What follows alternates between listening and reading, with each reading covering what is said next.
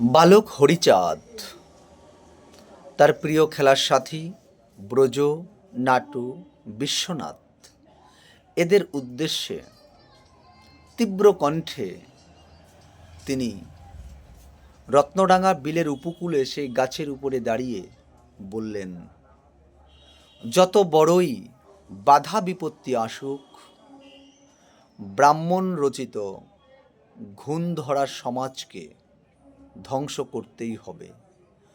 আমাদের পরিবারের বড়রা যদি মেনে নাও নেয়, আমরা সবাই আর কোনো ব্রাহ্মণ্য প্রথা মেনে নেব না। আমাদের বয়সী কোনো ব্রাহ্মণ ছেলেরা কি মাঠে কাজ করে, গরু চড়ায়, হাল চাষ করে, জমিতে কাজ করে? তারা তো লেখাপড়া শিখছে, ব্যবসা শিখছে। আমরাও মানুষ।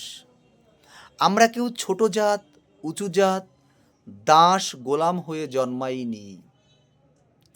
এই ছোট জাত, উঁচু জাত ব্রাহ্মণদের সৃষ্টি সবটাই কুটিল ব্রাহ্মণদের ষড়যন্ত্র। এই ষড়যন্ত্রের ফাঁদ থেকে বঞ্চিত, অবহেলিত সমাজকে মুক্তি দিতেই হবে। মানুষকে বোঝাতে পারলে অবশ্যই তারা আমাদের সঙ্গে থাকবে। অধিকার সম্মান কখনো ভিক্ষায় মেলে না।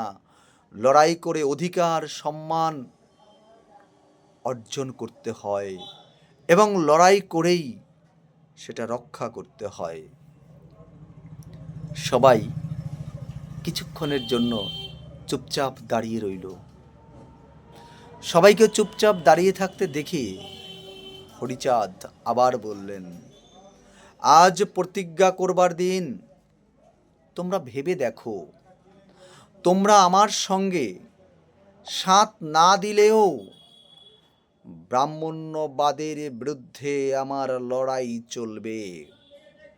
তাতে যদি আমার জীবন চলে যায়, আমার জীবন চলেও যায়, আমার লড়াই চলবে।